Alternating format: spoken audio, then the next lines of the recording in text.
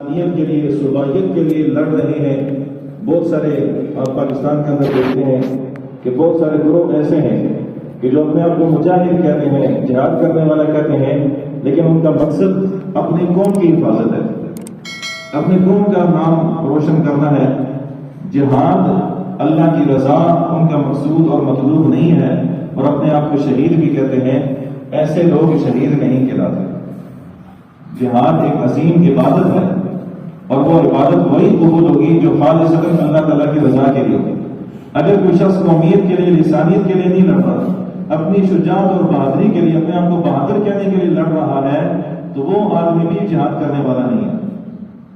واقعہ مشہور ہے، آپ حضرات نے سن رکھا ہے کہ جنگ میں حضرت علی رضی اللہ تعالیٰ عنہ کا ایک کافر کے ساتھ مقابلہ ہوا۔ حضرت علی نے اس کو بچھاڑا اور نیچے دبا دیا۔ حضرت علی اس کے سینے کے اوپر چڑھ کر بیٹھ گئے، تو اس نے حضرت علی کی طرف واپس تھوکا، تو حضرت علی اس کے سینے سے اتر گئے اور اس کو قتل کرنے سے منع ہو گئے، رک گئے۔ لوگوں نے پوچھا آپ تو اس کے سینے پر چڑھ گئے تھے، آپ اس کو قتل کیوں نہیں کیا؟ تو حضرت علی نے کہا جب اس نے پہلے تو میں اللہ کی رضا کے لیے اس کو مار رہا تھا، اللہ کی رضا کے لیے لڑ رہا تھا، لیکن جب اس نے میری طرف تھوکا تو مجھے غصہ آیا اور اس میں اپنی ذات کا دخل آ گیا، تو لہٰذا میں نے اس کو قتل کرنے سے پھر میں منع ہو گیا کہ اب اس میں میری ذات آ گئی ہے، اب اس میں خالصتاً اللہ کی رضا نہیں ہے، تو حضرت علی نے اس کو قتل کرنا چھوڑ دیا۔ تو جہاد وہ ہے کہ اعلان کلمت اللہ کے لیے۔ پھر جہاد کی شرائط میں سے یہ ہے کہ مسلمانوں کا ایک امیر وہ اعلان کرے کہ اب لڑنا ہے۔ مسلمانوں کا جو امیر ہے، سپہ سالار ہے، وہ اعلان کرے تو پھر لوگوں پر جہاد فرض ہوگا۔ اپنی طرف سے کوئی شخص کھڑا ہو جائے پستول اور اس کی لاشکوف دے کے میں جہاد کرتا ہوں، تو یہ جہاد قابل قبول نہیں ہے، اس کو جہاد نہیں کہا جاتا۔ پھر جہاد اقرب فالاقرب کے تحت، قاعدے کے تحت جس علاقے میں کافر ہیں، کافروں کے قریب جو مسلمانوں کا علاقہ ہے، سب سے پہلے ان لوگوں کے اوپر جہاد فرض ہوگا۔ مثال کے طور پر جو ہمارے بارڈر کے ساتھ جو علاقے لگ رہے ہیں، پہلے جہاد فرض ہوگا۔ اگر ان کے ساتھ لڑنا ہوگا تو پہلے جو قریب کے لوگ ہیں ان کے اوپر جہاد فرض ہوگا۔ اقرب فالاقرب، ان سے کام نہ چلا تو پھر ان کے جو قریب ہیں، ان سے کام نہ چلا تو پھر ان کے قریب ہیں۔ ہاں، مسلمانوں کا امیر اور سپہ سالار جو ہے وہ اعلان عام کر دے، اعلان عام کر دے کہ بھائی نکلو، ہر کسی نے نکلنا ہے، تو پھر سب کے لیے نکلنا واجب ہو جاتا ہے اور فرض ہو جاتا ہے۔ پھر اگر مسلمانوں کے امیر کے اعلان کے بعد اگر کوئی نہ نکلے تو وہ گناہ کبیرہ کا مرتکب ہوگا، جہاد سے بھاگنے والا ہوگا۔ بہرحال سن 2 ہجری میں جہاد فرض ہوا۔ جہاد کی ابتدا 2 قسمیں ہیں، ایک کو کہتے ہیں دفاعی جہاد اور ایک ہوتا ہے اقدامی جہاد۔ اپنے دفاع میں کافر آگے، دشمن آگے، انہوں نے مسلمان پر حملہ کر دیا، اب مسلمان اپنے دفاع میں جو لڑیں گے اس کو بھی جہاد دفاعی کہا جاتا ہے۔ اور دوسرا ہوتا ہے اقدامی جہاد۔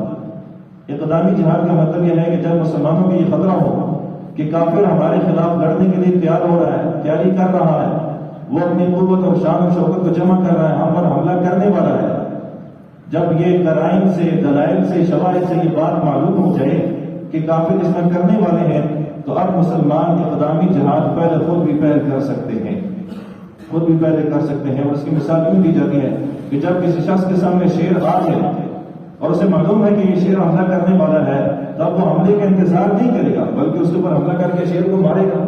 سانپ سامنے آ جائے، بچھو سامنے آ جائے، بھیڑیا سامنے آ جائے جب، تو پھر اس کے حملے کا انتظار نہیں کیا جاتا، بلکہ اس کو قتل کیا جاتا ہے۔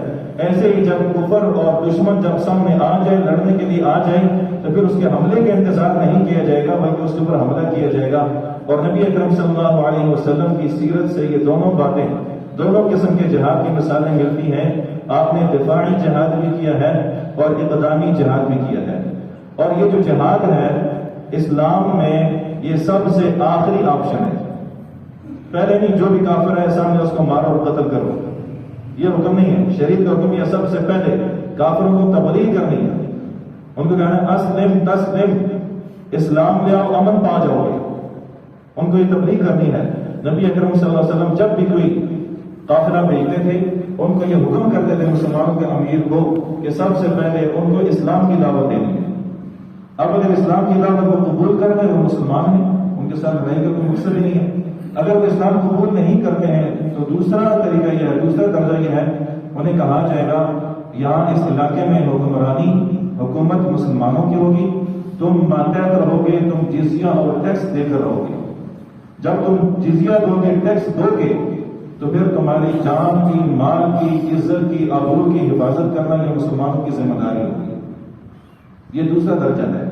پہلے اسلام کی دعوت دیں گے، اگر اسلام کی دعوت نہیں قبول کرتے انہیں کہا جائے گا جزیہ دو، ایک قسم ایک صورت میں ٹیکس ہے، جزیہ دو، تمہارے جان، مال، عزت، آبرو کی حفاظت کرنا یہ مسلمانوں کی ذمہ داری ہوگی۔ اس کو مستأمن کہا جاتا ہے۔ اب ایسے آدمی کے، ایسا کافر کا کہ جو جزیہ دے کر اسلامی مملکت میں رہے، اسلامی حکومت میں رہے، اس کے لیے وہی ایک قانون ہے، قاعدے ہیں جو کہ ایک عام مسلمان کے لیے ہے۔ جس طرح مسلمان کو قتل کر دیا جائے تو قاتل سے قصاص لیا جاتا ہے، ایسے ہی اب اس معاہد سے، ذمہ سے، جو کہ جزیہ اور ٹیکس دے کر اسلامی مملکت میں رہ رہا ہے، اگر اس کو کوئی قتل کر دے، اگرچہ قتل کرنے والا کوئی مسلمان ہی کیوں نہ ہو، تو مسلمان سے قصاص لیا جائے گا، اس کافر کے بدلے میں مسلمان کو قتل کیا جائے گا۔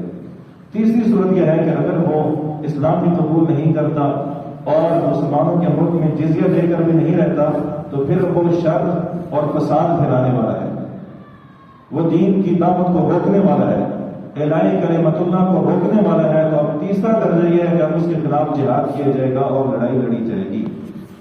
تو جہاد، عام طور پر لوگ یہ کہتے ہیں کہ جہاد، اسلام جو ہے نا وہ تلوار کے زور سے پھیلا ہے۔ نہیں، اسلام کا طریقہ یہ ہے کہ ان کو امن کی دعوت دی جائے گی، اسلام کی دعوت۔ یہ آخری آپشن ہے، آخری درجہ ہے کہ اگر یہ لوگ امن سے نہیں رہتے، خود بھی امن سے نہیں رہتے، مسلمانوں کو بھی امن سے نہیں رہنے دیتے، تو پھر ان کے خلاف تلوار اٹھائی جائے گی۔ یہی وجہ ہے کہ جو لوگ صحابہ کرام جو مسلمان ہوئے ہیں تو وہ تلوار کے زور پر نہیں ہوئے۔ جس آدمی پر زبردستی ہوتی ہے وہ اوپر سے تو مسلمان ہوتا ہے، حقیقت اندر سے مسلمان نہیں ہوتا، وہ اسلام کے احکامات کو قبول نہیں کرتا۔ لیکن صحابہ کرام اور جو لوگ جہاد کے نتیجے میں جو لوگ مسلمان ہوئے ہیں، پھر وہ دل و جان سے مسلمان ہوئے، پھر انہوں نے اللہ کے راستے میں اپنی جان کو قربان کیا ہے۔ صحابہ کرام مسلمان ہوئے ہیں تو پھر انہوں نے اپنے بیوی، بچے، جان، مال، عزت، آبرو سب کچھ اسلام کے لیے لگا دیا۔ تو اس لیے جہاد ایک عظیم فریضہ ہے۔ فرمایا الجہاد ماضٍ الی یوم القیامہ، جہاد قیامت کے دن تک جاری رہے گا۔ لَغَضْبَةٌ فِي سَبِيلِ اللَّهِ أَوْ رَوْحَةٌ خَيْرٌ مِنَ الدُّنْيَا وَمَا فِيهَا، اللہ کے راستے میں ایک صبح نکلنا یا ایک شام نکلنا جہاد کے لیے، یہ دنیا وما فیہا سے بہتر ہے، یہ دنیا وما فیہا سے بہتر ہے۔ اور فرمایا کہ جو آدمی ساری زندگی زندہ رہا اور اس کے دل کے اندر کبھی تڑپ ہی نہیں پیدا ہوئی کہ میں اللہ کے راستے میں لڑوں گا، جہاد کروں گا، وہ تو منافق کی موت مر گیا، وہ تو منافق کی موت مر گیا۔ آپ صلی اللہ علیہ وسلم نے بھی آپ نے یہ اس تمنا کا اظہار کیا ہے، میرا دل یہ چاہتا ہے کہ میں اللہ کے راستے میں لڑوں، شہید ہو جاؤں، پھر زندہ کر دیا جاؤں، پھر شہید ہو جاؤں، پھر زندہ کر دیا جاؤں، پھر شہید ہو جاؤں۔ اتنا عظیم مرتبہ ہے۔ اور فرمایا کہ جب کوئی مسلمان اللہ کے راستے میں جہاد کرتے ہوئے شہید ہوتا ہے، اس کا خون زمین پر نہیں گرتا، پہلے ہی اس کی مغفرت ہو جاتی ہے، پہلے ہی اس کی بخشش ہو جاتی ہے۔ اور فرمایا کہ بھائی وَلَا تَقُولُوا لِمَن يُقْتَلُ فِي سَبِيلِ اللَّهِ أَمْوَاتٌ، جو اللہ کے راستے میں شہید ہو جائیں ان کو مردہ نہ کہو، بل احیاء، تو اللہ کے ہاں زندہ ہے، عند ربهم يرزقون، اللہ کے ہاں ان کو رزق دیا جاتا ہے، لیکن تمہیں سمجھ میں نہیں آتی۔ وَلَا تَحْسَبَنَّ الَّذِينَ قُتِلُوا فِي سَبِيلِ اللَّهِ أَمْوَاتًا، ان لوگوں کے بارے میں مت یہ گمان کرو جو اللہ کے راستے میں شہید ہو گئے ہیں، مر گئے ہیں، کہ وہ مردہ ہے، عام مردہ ہے۔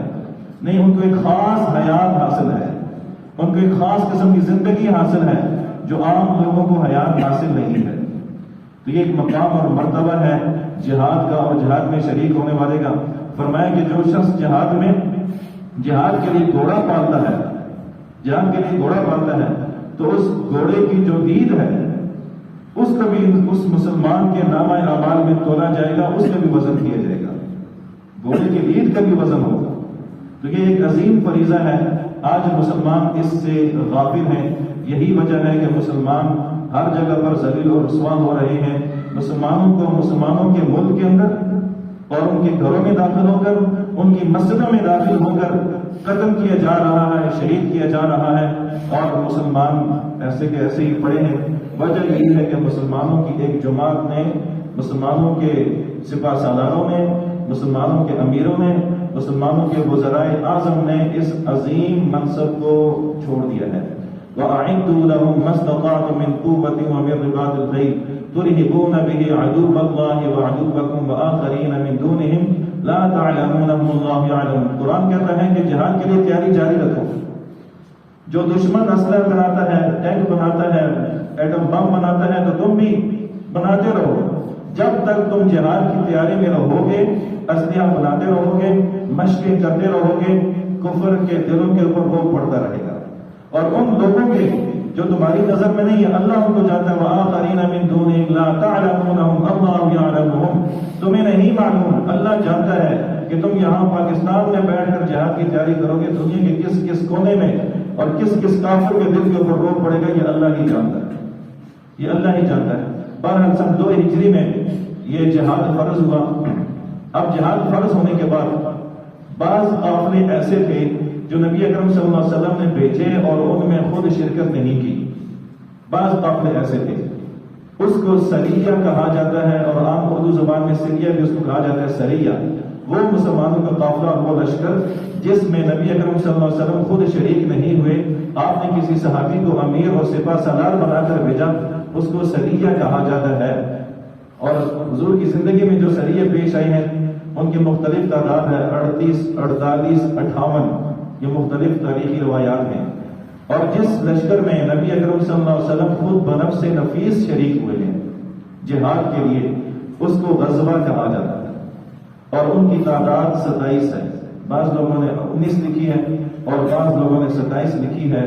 بہرحال اس کے اندر کوئی اتنا بڑا فرق نہیں ہے کہ جنہوں نے 19 لکھی ہے انہوں نے ایک سفر کے اندر جتنے غزوے پیش آئے، جتنی لڑائیاں پیش آئیں جس علاقے میں، ان سب کو ایک شمار کر دیا. اور جنہوں نے 27 کہا ہے انہوں نے جس موقع پر، جس علاقے میں، ایک سفر میں جتنے لڑائیاں پیش آئی ہیں ان کو الگ الگ انہوں نے گنا تو وہ 27 ہو گئی. اور جس نے ایک سفر کو ایک ہی شمار کیا، جتنی مرضی لڑائی ہے تو انہوں نے اس کو 19 کر دیا. حضور جس لشکر میں شریک ہوئے ہیں ان کی تعداد 27 ہے. تو آپ صلی اللہ علیہ وسلم نے صحابہ کرام کے لشکر کو بھی بھیجے. ان میں سے بہت سارے لشکر ہیں، ان میں سے ایک حضرت عبداللہ بن جحش، اس کو سریہ نخلہ کہا جاتا ہے. آپ صلی اللہ علیہ وسلم نے صحابہ کرام کی ایک جماعت 11 مہاجرین تھے اور ان پر حضرت عبداللہ بن جحش ان کو امیر بنایا اور کہا کہ عبداللہ بن جحش میرے پاس آنا، میں تمہیں ایک طرف روانہ کروں گا، ایک جہاد کے لیے روانہ کروں گا. اب حضرت عبداللہ بن جحش آئی اور آپ نے کہا کہ اپنے ساتھ 11 ساتھی لو، اور آپ نے ایک صحابی سے خط لکھوایا. حضرت عبداللہ بن جحش کو وہ خط دیا اور کہا کہ 2 دن تم نے اس رخ پر چلنا ہے، اس طرف چلنا ہے، 2 دن کے بعد جا کر تم نے یہ خط کھولنا ہے. آپ صلی اللہ علیہ وسلم حکیم تھے، آپ سے زیادہ کوئی حکمت والا، بصیرت والا، سمجھ والا، سوجھ بوجھ والا، دانا کوئی بھی نہیں تھا. تو آپ صلی اللہ علیہ وسلم نے خط دیا اور کہا کہ اس کو ابھی نہیں کھولنا. اس میں لکھوایا آپ نے جو بھی لکھوایا، اور کہا کہ 2 دن کے بعد جا کر تم نے خط کھولنا ہے.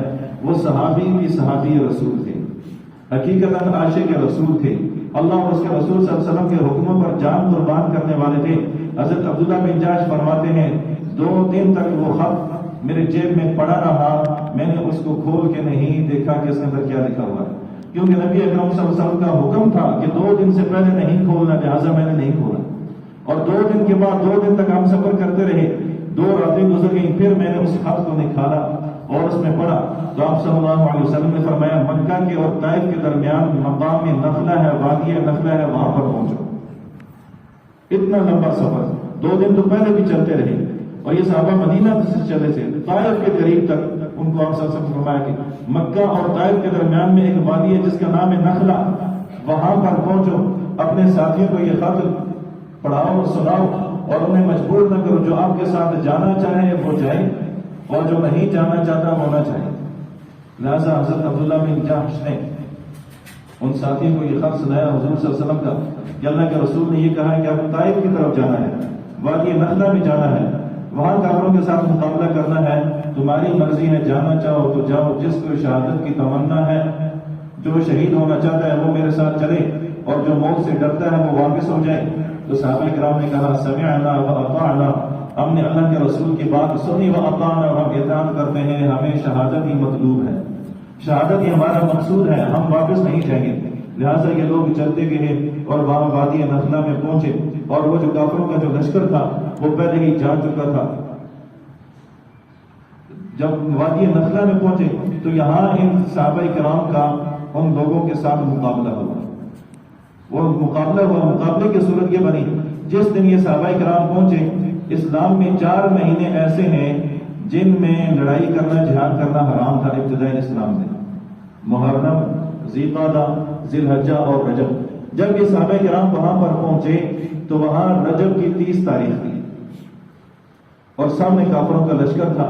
اب مسلمانوں کے امیر نے، حضرت عبداللہ بن جحش نے یہ سوچا کہ اگر ہم ان کو چھوڑ دیں تو کل جو ہے یہ حرم کے اندر داخل ہو جائیں گے، اور آج اگر ان کے ساتھ لڑائی کریں تو یہ حرمت والا مہینہ ہے، اس میں لڑائی کرنا منع ہے، تو ہمیں کیا کرنا چاہیے؟ مشورے میں یہ طے ہوا کہ ان کے ساتھ لڑائی کرنی چاہیے، کیونکہ یہ کافر ہیں، اسلام کے دشمن ہیں، کل تک تو یہ ہم سے بھاگ جائیں گے۔ لہٰذا رجب کی 30 تاریخ کو صحابہ کرام نے ان کے ساتھ جہاد کیا، ان کا ایک شخص بھی قتل ہو گیا اور مال غنیمت لیا۔ صحابہ کرام حضور کی خدمت میں واپس آئے تو آپ صلی اللہ علیہ وسلم نے بھی ان کو منع کیا اور ڈانٹا کہ رجب کی 30 تاریخ تھی، تم نے ان کے ساتھ جہاد کیوں کیا، لڑائی کیوں لڑی ہے؟ دشمن بھی ایک قسم کا پروپیگنڈا کر دیا کہ مسلمان حرمت والے مہینوں کا احترام نہیں کرتے، حرمت والے مہینوں میں انہوں نے لڑنا شروع کر دیا۔ اپنے بھی کچھ لوگ نے ان کو جو ہے نہ تشنیع کیا، ان صحابہ کرام کو کیوں لڑے وہ حرمت والے مہینوں میں۔ اب یہ صحابہ کرام بڑے پریشان ہوئے، لیکن انہوں نے اجتہاد کیا تھا، مشورے سے یہ کام کیا تھا۔ اللہ رب العزت نے قرآن مجید کی آیات نازل فرمائی ان کے حق میں: یسألونک عن الشہر الحرام قتال فیہ قل قتال فیہ کبیر۔ یہ آپ سے سوال کرتے ہیں کہ حرمت والے مہینوں میں جہاد کرنا چاہیے کہ نہیں؟ قل قتال فیہ کبیر، ایسے مہینوں میں لڑائی کرنا بڑا گناہ ہے، لیکن وصد عن سبیل اللہ وکفر بہ والمسجد الحرام من احد المسجد الحرام اکبر عند اللہ، لیکن اللہ کے راستے سے روکنا، مسلمانوں کو اپنے گھروں سے نکالنا، یہ اس گناہ سے بھی بڑا گناہ ہے۔ والفتنة اشد من القتل، یہ کفر، شرک اور بدعات اور مسلمان زمین پر بقا کرنا، یہ قتل کرنے سے بڑا جرم ہے۔ تو یہ آیات نازل ہوگی کہ اب حرمت والے مہینوں کی حرمت ختم۔ تو صحابہ کرام سے ایک اجتہادی غلطی ہوئی، صحابہ کرام کو دوسرے لوگوں نے کان اور تشنیع کا نشانہ بنایا۔ اللہ رب العزت نے قرآن مجید میں آیات نازل کر کے ان صحابہ کرام کو تسلی دی کہ آپ نے جو کام کیا ہے وہ ٹھیک کام کیا ہے، آپ نے جو کام کیا ہے وہ ٹھیک کام کیا ہے۔ تو یہ غزوہ عبداللہ بن جحش، سریہ عبداللہ بن جحش، یہ بھی سن 2 ہجری میں ہوا۔ اس کے بعد نبی اکرم صلی اللہ علیہ وسلم نے ایک قافلہ تیار کیا جس میں 313 لوگ تھے، 313 صحابہ کرام، بعض روایات کے اندر آتا ہے 315۔ اور آپ صلی اللہ علیہ وسلم کو یہ معلومات ملی کہ ابو سفیان ایک قافلے کے ساتھ مدینہ سے گزرنے والا ہے، اور اس قافلے کے اندر 1000 اونٹ تھے، 1000 اونٹ، اور 260 کلو سونا کی مالیت کے برابر ان اونٹوں کے اوپر سامان تھا جو کہ کافروں کا تھا، مکہ والوں کا تھا، قریش والوں کا تھا۔ قریش کا ہر مرد اور ہر عورت کا سامان اور اس کا متاع اس قافلے کے اندر تھا، گویا کہ ان کی بہت بڑی انویسٹمنٹ تھی اس قافلے کے اندر۔ جو ابو سفیان اس قافلے کو لے کر گزر رہا تھا مدینہ سے، نبی اکرم صلی اللہ علیہ وسلم نے سوچا کہ یہ مال لے کر جائے گا، کافر ہمارے خلاف جو ہے وہ جہاد کریں گے، ہمارے خلاف لڑیں گے، ہمیں یہ چاہیے کہ ہم ہی ابو سفیان کے قافلے کو روکیں اور اس کو تہس نہس کریں، کفر کی کمر ٹوٹ جائے گی جب 1000 اونٹ بھی ان کے ختم ہو جائیں گے، اور 260 کلو سونے کی مالیت اربوں خربوں روپیہ بنتا ہے، جب ان کے یہ سارے کا سارا سامان ختم ہو جائے گا یہ پھر ہمارے خلاف لڑائی نہیں لڑیں گے۔ اس نیت سے آپ صلی اللہ علیہ وسلم نے صحابہ کرام کو ساتھ لیا، ابو سفیان کے تعاقب میں نکلے۔ ابو سفیان نے بھی جاسوس چھوڑے ہوئے تھے، اس کو پتہ چل گیا کہ مسلمان میرے خلاف آنے والے ہیں اور میرے خلاف لڑنے والے ہیں، اس نے دوسرا راستہ اختیار کر دیا اور ایک جاسوس بھیجا مکہ میں، زمری الغفاری، اس کو بھیجا کہ جب مکہ میں بتا دو میں تمہارا مال اور متاع اور سامان لے کر آ رہا ہوں، تمہارا تجارتی سامان میرے پاس ہے، مسلمان میرے اوپر حملہ کرنے والے ہیں۔ وہ شخص بھاگتا ہوا گیا اور جب مکہ میں پہنچا اس نے اپنے اونٹ کی ناک کو چیرا، اس کے کان کاٹے، اپنی قمیض کو پھاڑا، ایک پہاڑی کے اوپر چڑھا اور کہنے لگا کہ مدد کرو مدد کرو، الغوث الغوث، تمہارے قافلے کے اوپر تو مسلمان حملہ کرنے والے ہیں۔ لہٰذا کافروں نے ایک اعلان کیا اور ان کا 1000 کا لشکر وہاں سے نکلا اس قافلے کی مدد کے لیے، 1000 کا لشکر، اور ان کے اندر عربوں کے بڑے 70 سردار وہ بھی نکلے کہ ہمارا سارا کا سارا مال لوٹ جائے گا۔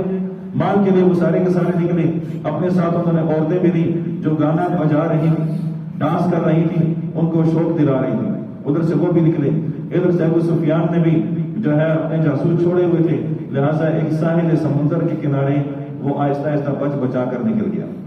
نبی اکرم صلی اللہ علیہ وسلم نے صحابہ کرام کو جمع کیا اور کہا کہ یہ قافلہ تو نکل گیا ہے، لیکن مکہ سے ایک قافلہ آ رہا ہے، اس قافلے کے لوگ تھوڑے ہیں، مکہ سے 1000 کا قافلہ آ رہا ہے، اب ہمیں کیا کرنا چاہیے؟ اب صحابہ کرام ان کے پاس ایک گھوڑا تھا، 70 اونٹ تھے، ایک گھوڑا اور 70 اونٹ، اور صحابہ کرام کی تعداد 313۔ آپ صلی اللہ علیہ وسلم فرمایا کہ بھائی ایک اونٹ پر 3 آدمی مقرر ہو جائیں، باری باری سوار ہوں گے۔ اور آپ صلی اللہ علیہ وسلم نے اپنے ساتھ بھی 2 صحابہ مقرر کر دیے، حضرت علی اور حضرت ابو لبابہ، یہ بھی باری باری سوار ہوتے تھے۔ جب آپ صلی اللہ علیہ وسلم کی باری ختم ہوئی تو آپ نیچے اتر گئے، تو حضرت علی اور حضرت ابو لبابہ کو کہنے اللہ کے رسول ہماری باری بھی آپ کے لیے ہے، آپ سواری پر سوار ہو، ہم پیدل چلیں گے۔ تو نبی اکرم صلی اللہ علیہ وسلم جو کہ مساوات کے علمبردار تھے، آپ برابری عدل کو دنیا میں قائم کرنے والے تھے، اگر آپ سواری پر بیٹھے رہتے تو صحابہ کرام کے دلوں میں کوئی نفرت آپ کے بارے میں نہ پیدا ہوتی، صحابہ کرام خوش ہوتے، لیکن آپ صلی اللہ علیہ وسلم نے دنیا کو بتانا تھا، ایک سبق دینا تھا، عدل قائم کرنا تھا، مساوات قائم کرنی تھی، اس لیے آپ سواری سے اترے اور آپ نے فرمایا تم مجھ سے زیادہ طاقتور نہیں ہو۔ ایک نبی کے اندر 40 جنتی مردوں کی طاقت ہوتی ہے، ایک نبی کے اندر 40 جنتی مردوں کی طاقت ہوتی ہے، اور جنت کے ایک مرد کے اندر دنیا کے جو 100 مرد ہیں ان کی طاقت ہوتی ہے۔ تو آپ صلی فرمایا کہ تم مجھ سے زیادہ طاقتور نہیں ہو، اور میں اس معاملے میں ثواب کے حوالے سے بھی مستغنی نہیں ہوں، مجھے بھی ثواب چاہیے، جس طرح تم پیدل چل کے ثواب حاصل کرتے ہو، میں بھی یہ چاہتا ہوں کہ میں بھی پیدل چلوں اور مجھے بھی ثواب ملے۔ آپ صلی اللہ علیہ وسلم سواری سے نیچے اتر اور آپ نے حضرت علی کو بٹھایا، پھر حضرت ابو لبابہ کی جب باری آئی تو آپ نے ان کو بھی بٹھایا۔ اسی طرح صحابہ کرام کی باریاں لگائیں گے، تو آپ نے صحابہ کرام سے مشورہ کیا اب ہمیں کیا کرنا چاہیے۔ ہم تو اس قافلے کے لیے جس میں مختصر لوگ تھے، ابو سفیان کا قافلہ، اس کے لیے نکلے تھے، لیکن ادھر سے 1000 کا لشکر جرار آ رہا ہے، اسلحہ کے ساتھ آ رہا ہے، وہاں 100 گھوڑے ہیں، 600 زرے ہیں، اور اونٹوں کی تعداد ہی کوئی نہیں۔ اب ہمیں کیا کرنا چاہیے؟ حضرت ابو بکر صدیق رضی اللہ تعالیٰ کھڑے ہوئے اور کہ اللہ کے رسول ہم آپ پر جان قربان کرنے کے لیے تیار ہیں۔ حضرت عمر رضی اللہ تعالیٰ کھڑے ہوئے اور کہ اللہ کے رسول ہم آپ پر جان قربان کرنے کے لیے تیار ہیں۔ حضرت مقداد بن اسود رضی اللہ تعالیٰ کھڑے ہوئے اور کہ اللہ کے رسول ہم آپ کے ساتھ نکلے ہیں، آپ جیسے چاہیں گے ہم ویسے ہی کریں گے، ہم حضرت موسیٰ کے ساتھی کی طرح نہیں ہیں جنہوں نے کہا تھا اذهب انت وربك فقاتلا انا هاهنا قاعدون، اے موسیٰ تو جا اور تیرا رب لڑے، ہم تو یہاں پر بیٹھے نہیں، ہم آپ کے ساتھ لڑیں گے، آگے سے بھی، پیچھے سے بھی، دائیں سے بھی، بائیں سے بھی، جیسے آپ ہمیں استعمال کریں گے ہم ایسے ہی لڑنے کے لیے تیار ہیں۔ حضرت ابو بکر بھی، حضرت عمر بھی، حضرت مقداد بن اسود، یہ جو صحابہ کرام نے جو تقریریں کی ہیں یہ سارے کے سارا مہاجر صحابی تھے، مہاجر تھے، انصار میں سے کوئی نہیں تھا۔ نبی اکرم صلی اللہ علیہ وسلم یہ چاہتے تھے کہ انصار میں سے کوئی کھڑا ہو، کیونکہ زیادہ تعداد انصار کی تھی۔ آپ صلی اللہ علیہ وسلم فرمایا اشیروا علی ایھا الناس، یہ لوگوں مجھے اور بھی مشورہ دو۔ اب حضرت سعد بن معاذ رضی اللہ تعالیٰ جو انصاری صحابی تھے اور ان کے سردار تھے، وہ کھڑے ہوئے اور انہوں نے ایک بڑی ہی زبردست تقریر کی۔ حضرت سعد کھڑے کہ اللہ کے رسول ہم آپ پر ایمان لائے، ہم نے آپ کی تصدیق کی، بیعت عقبہ میں آپ کی بیعت کی، آپ کو خط لکھا، آپ کو ہم نے مدینہ میں بلایا ہے، اب ہم آپ کی جان اور مال سے حفاظت کریں گے، یہ مال اور یہ جان آپ کے سپرد ہے، آپ جس کے ساتھ جوڑیں گے ہم بھی اس کے ساتھ جوڑیں گے، آپ جس کے ساتھ کاٹیں گے ہم بھی اس کے ساتھ کاٹیں گے، آپ جس کے ساتھ صلح کریں گے ہم بھی اس کے ساتھ صلح کریں گے، آپ جس کے ساتھ جنگ کریں گے ہم بھی اس کے ساتھ جنگ کریں گے، جو ایسے آپ کہیں گے ہم ویسے ہی کرنے کے لیے تیار ہیں، اور صرف مدینہ میں نہیں، آپ ہمیں بر کے غمان تک لے کر چلیں گے، لڑنے کے لیے تو ہم لڑنے کے لیے تیار ہیں، اللہ کی قسم، اس اللہ کی قسم جس کی قبضہ قدرت میں میری جان ہے، اگر آپ ہمیں سمندر میں چھلانگ لگانے کا کہیں گے تو ہم سمندر میں چھلانگ لگا دیں گے۔